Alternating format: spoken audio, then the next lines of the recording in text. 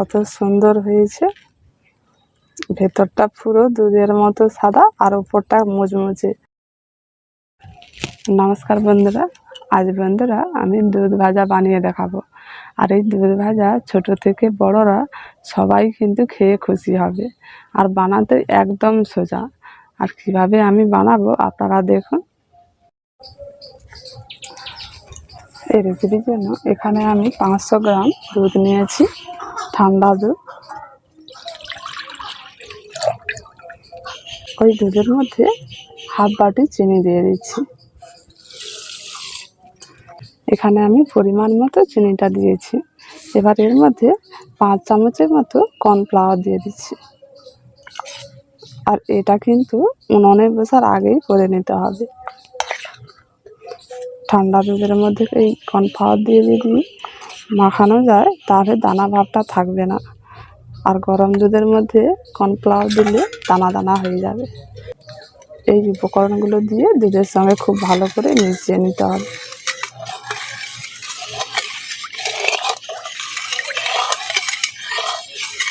আমি গোটা চিনি দিয়েছি বলে একটু ভালো করে নাড়াচাড়া করে মিশিয়ে নিচ্ছি। আপনারা যদি গুঁড়ো করে দিতে চান তাহলে বেশিক্ষণ মেশানোর দরকার নেই, একটু মেশালেই হয়ে যাবে। এবার আমি কড়াটাকে উনুনে বসিয়ে দিচ্ছি। কড়াটা কিন্তু উনুনে বসানোর পর সবসময় কিন্তু এইভাবে করে নাড়াচাড়া করতে হবে, নাহলে কড়ার মধ্যে লেগে যাবে।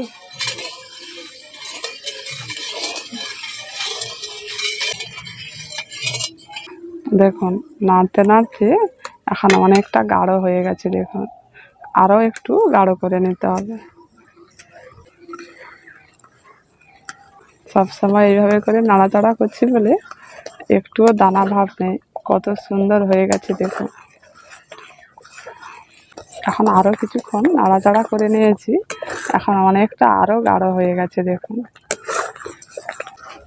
এখন নাড়তে নাড়তে দেখুন অনেকটা গাঢ় হয়ে গেছে, আরও একটুও কিন্তু সহজেই গড়িয়ে পড়ছে না, বসা বসা হয়ে গেছে। এবার এটাকে নামিয়ে নিতে হবে। আমি আগে থেকে একটা পাত্রের মধ্যে তেল আর পেপার দিয়ে বুঝিয়ে দিয়েছি। ওই পাত্রের মধ্যে এখন এই দুধের মিশ্রণটা দিয়ে দিচ্ছি।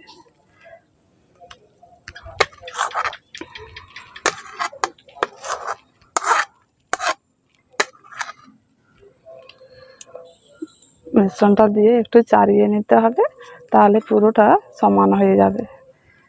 এটা কিন্তু গরম গরম অবস্থাতেই দিয়ে দিতে হবে, ঠান্ডা হয়ে গেলে কিন্তু তখন হবে না। এটা একটু ঠান্ডা হয়ে গেলে ফ্রিজের মধ্যে 1 ঘন্টার মতো রেখে দিতে হবে।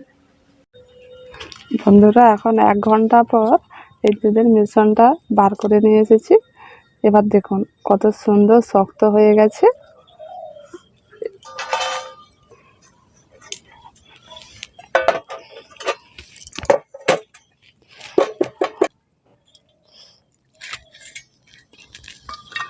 দেখুন কত সুন্দর হয়েছে দেখুন।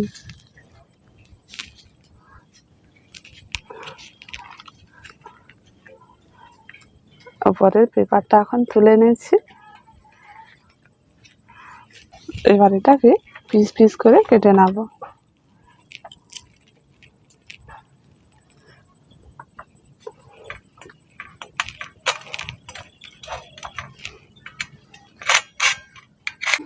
এটাকে 4 কোনা করেও কাটতে পারেন, নাহলে সুজির পিসের মতো কোনাচি করেও কাটতে পারেন।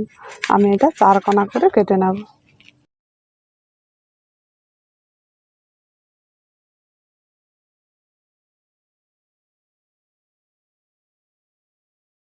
দেখুন কত সুন্দর হয়ে গেছে, কি সুন্দর শক্ত হয়ে গেছে। এখানে আমি 2 চামচের মতো কর্নফ্লাওয়ার নিয়েছি। আমি অল্প জল দিয়ে একটা পাতলা ব্যাটার তৈরি করে নেব। আপনারা চাইলে ময়দা দিয়েও ব্যাটারটা করে নিতে পারেন।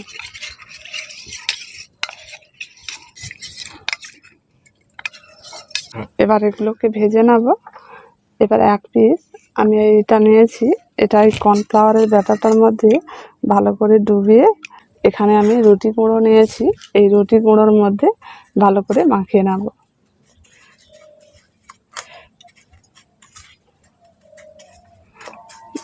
একটু চেপে চেপে এইভাবে করে মাখাতে হবে, যাতে এইটা ভালোভাবে একটু লেগে যায়। এই ব্যাটারের মধ্যে আবার একটু ভালো করে মাখিয়ে নিচ্ছি। আবার এটা রুটি গুঁড়োর মধ্যে ভালো করে মাখিয়ে নিচ্ছি। তখন কিন্তু এটা দেখতেও ভালো লাগবে আর খেতেও ভালো লাগবে। এইভাবে করে নিয়েছি, সবগুলো এইভাবে করে মাখিয়ে নেব।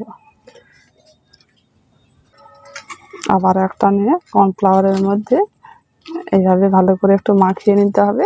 তারপর এই রুটি গুঁড়োর মধ্যে ভালো করে একটু মাখাতে হবে। দুবার করে মাখালে এর মধ্যে একটু রুটি গুঁড়োটা ভালো লাগে।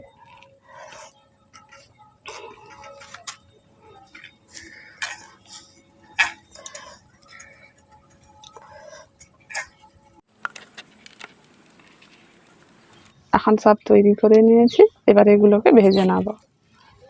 আগে থেকে আমি কড়াই করে তেলটা গরম করতে বসিয়ে দিয়েছি।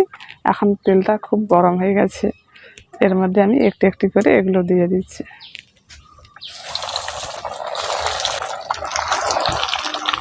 দেখুন, উল্টে পাল্টে একটু লালচে লালচে করে ভেজে নিয়েছি। এখন পুরোপুরি ভাজা হয়ে গেছে, এবার তুলে নিচ্ছি। এখন পুরোপুরি এগুলো ভাজা হয়ে গেছে, এবার একটু একটু করে তুলে নিচ্ছি। খুব বেশি ভাজার দরকার নেই, একটু লালচে হলেই হয়ে যাবে।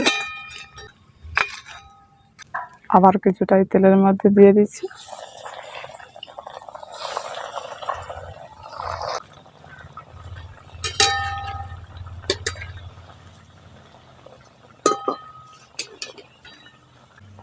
এগুলোও এখন ভাজা হয়ে গেছে, একটু লালচে লালচে হয়ে গেছে, এবার তুলে নিচ্ছি।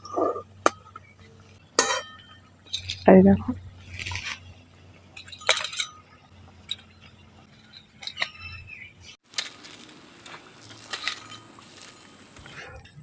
দেখুন বন্ধুরা, দুধ ভাজাগুলো কেমন হয়েছে দেখুন, কত সুন্দর হয়েছে।